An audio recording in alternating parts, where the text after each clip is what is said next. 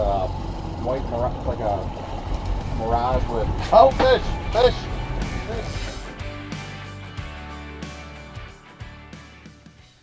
Okay guys, welcome back to High Point Outdoors. We're doing another segment here.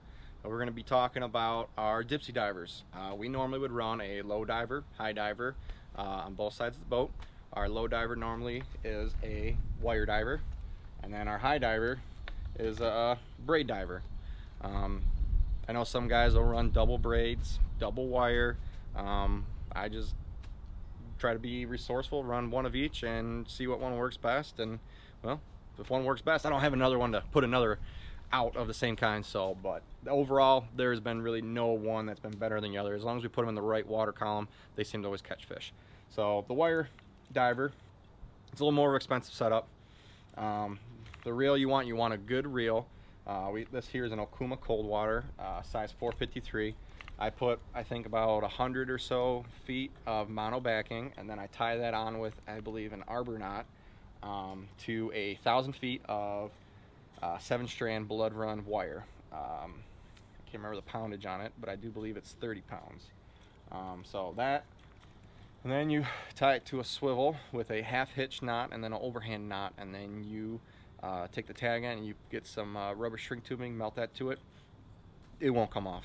There's videos from Tangle Tackle's website that hook this all up, and they'll show you how to do it. They're very, very resourceful. That's another thing. I want to say thank you to Tangle Tackle, because I would not be the fisherman I am today being able to show you guys this stuff without the help from the people of Tangle Tackle, and especially Chris, who is the captain of Dark Blue Charters. He pretty much runs the YouTube channel, and but he's been on YouTube for a couple years now, and at least I've been following for a couple years, and he's just got all the information you need. He's taught me everything that I need to know, and I mean, I've learned stuff from other captains and other people through the grapevine, but my main source of intel is definitely from him, and it has definitely helped me catch more fish. So back to divers.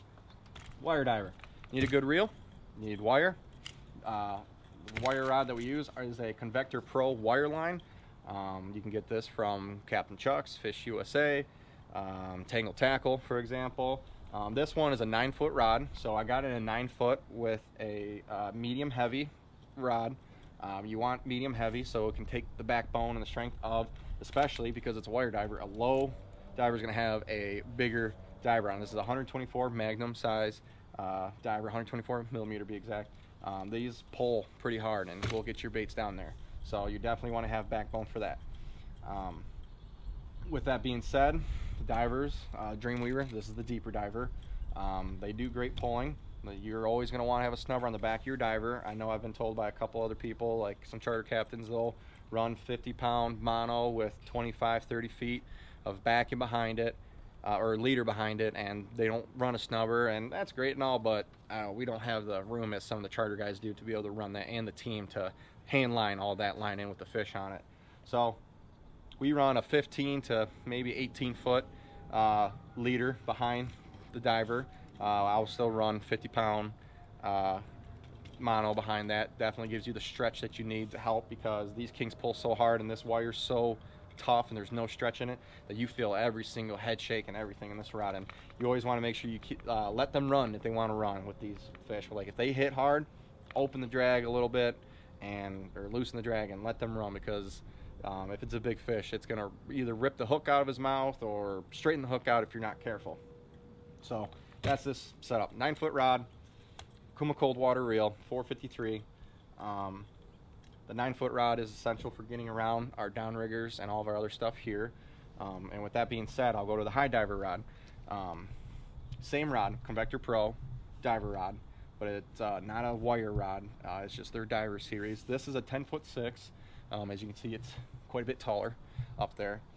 This one we got for this reason was so that it would be out of the way of this diver rod. So when they're both bent over and lined up, that they're not getting tangled into each other and crossing up. And that is a huge thing to have, is not having these rods tangle up. Definitely suggest having your high diver rod. If you're going to run 2 divers aside, make sure your high diver or your outside one is going to be longer than your low diver.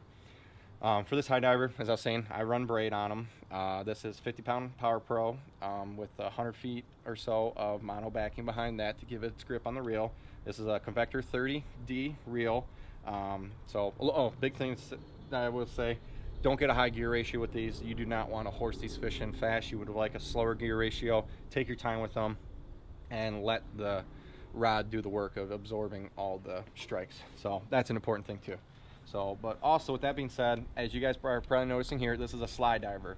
I started using slide divers at the end of last year, and this year I started running them because I didn't really feel like taking them off and going right back to a normal diver with hand lining, and they actually worked out pretty good for us. I put the Magnum size ring on it, put the heavier weight on it, and because for most of the season this year, the thermocline was down to like 90, 100 feet, and it really helped getting that diver down there instead of using the smaller ring size and the smaller ounce weight.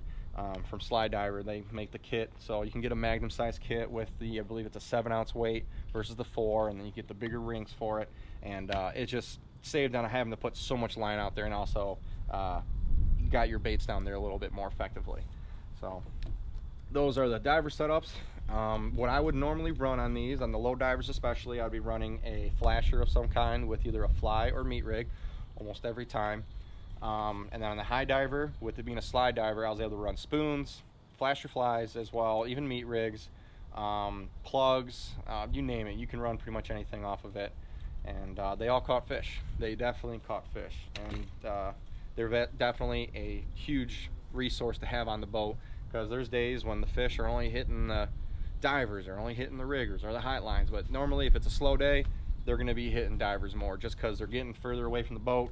There's less, as you would say, sound and noise coming off of them, and the fish seem to like them. And I don't know if it was the erratic motion of them in the water, the divers moving up and down, whatnot, whatever it is, they catch fish. And I would definitely suggest, if you don't have any divers on your boat, you should get some, because they will catch you fish. And with that being said, that is every information for you about divers. So all these things you can get from Captain Chuck's, Fish USA, Tangle Tackle. I'm sure Cabela's has them. You know, might have to order some stuff from one website versus another.